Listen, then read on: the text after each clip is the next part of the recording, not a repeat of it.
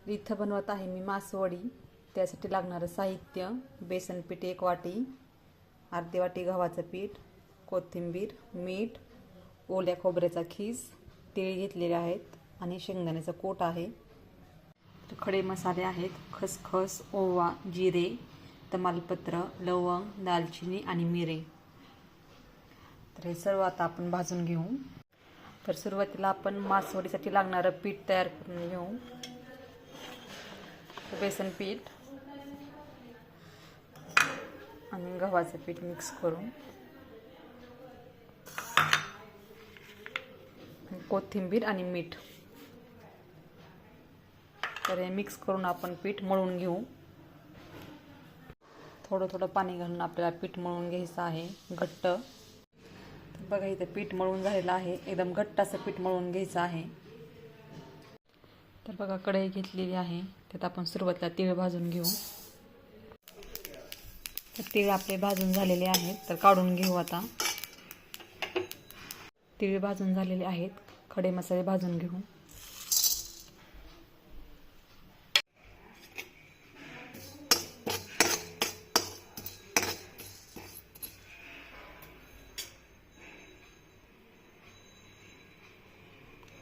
खडे मसाले आपले भाजून झालेले आहेत, तर काढून घेऊ. तर आता आपण हे मिक्सरवरती काढून घेऊ. तीळ आणि खडे मसाले आपण मिक्सरवरती वाटून घेतलेले आहेत. तर आता मासवडीसाठी लागणारं सारण आपण तयार करत आहात. तरी तीळ आणि खडे मसाल्याची पावडर, ही ओलं खोबरं मिक्स करून घेऊ आणि भाजलेल्या शेंगदाण्याचं कूट, कोथिंबीर, काळा मसाला 1 चमचा, मीठ, थोडीशी हळद. तर आता आपण हे पूर्ण मिक्स करून घेऊ. तर बघा मी रेसिपी बनवायला लागली आणि लिली आली नाही असं झालेलंच नाही. बघा लगे तिला भूक लागली. तर हे पूर्ण मिक्स करून घेऊ. मासवडीसाठी लागणारं सारण नक्कीच ट्राय करून बघा, खूप छान लागते मासवडी.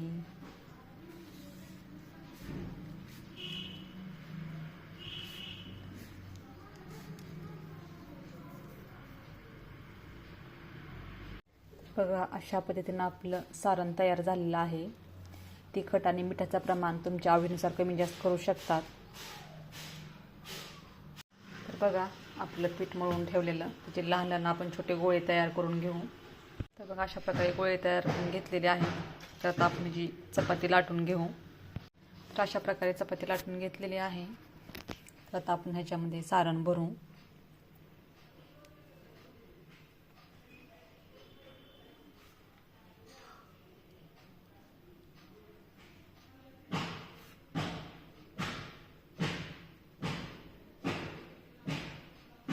आणि सारण भरल्यानंतर आपल्याला ह्याचा रोल बनवायचा आहे. अशा पद्धतीने थोडं नॉर्मल असं प्रेस करत जायचं आहे आपल्याला. हे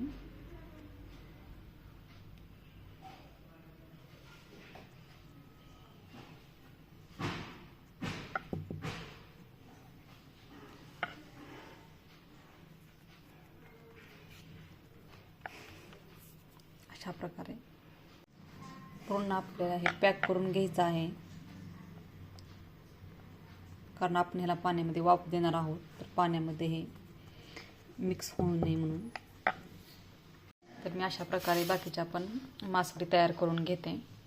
तर कढई घेतलेली आहे, त्याच्यामध्ये 1 चमचा तेल टाकलेलं आहे. तर 1 तांब्या पाणी,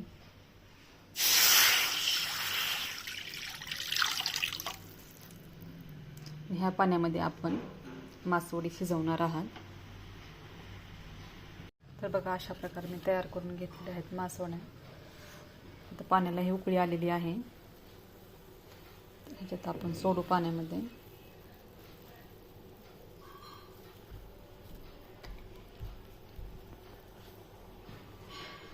तर आता आपण हे 10 मिनिटासाठी शिजवून घेऊ.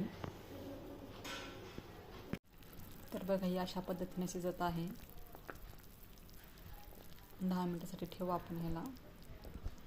बघा 10 मिनिटानंतर आपले वाफवून झालेले आहे मासवडी. आता आपण काढून घेऊ.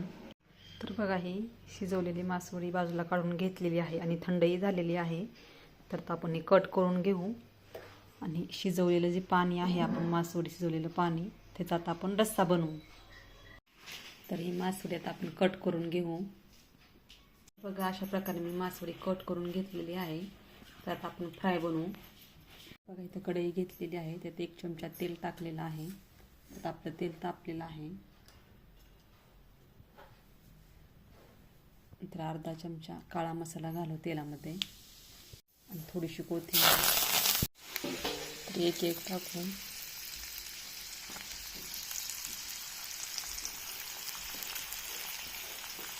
जेवढ्या तेलात बसतील तेवढ्या अगोदर फ्राय करून घेऊ.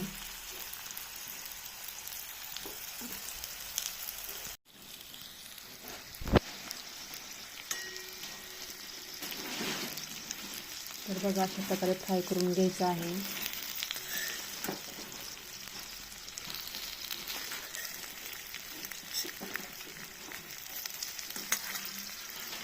तर अशा पद्धतीने फ्राय झालेली आहे. आता काढून घेऊ.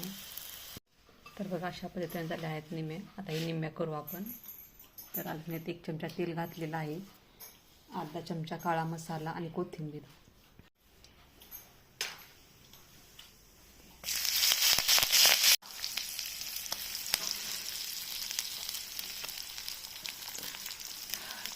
अशा पद्धतीनं फ्राय केल्यानंतर जास्त तेलकटही होत नाहीत.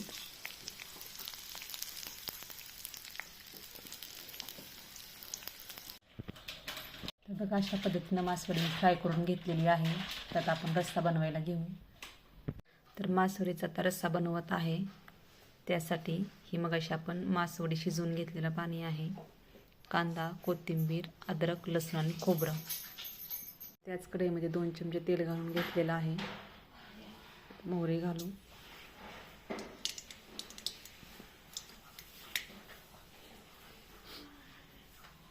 आहे जिरे घालू.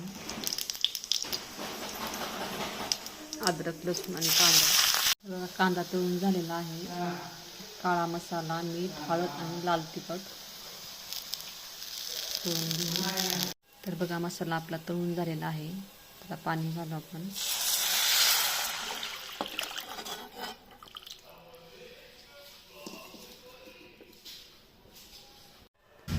तर रस्सा तयार झालेला आहे. तयार झालेली आहे आपली मासवडी. खात राहा, मस्त राहा, सगळ्यात महत्त्वाचं आनंदी राहा.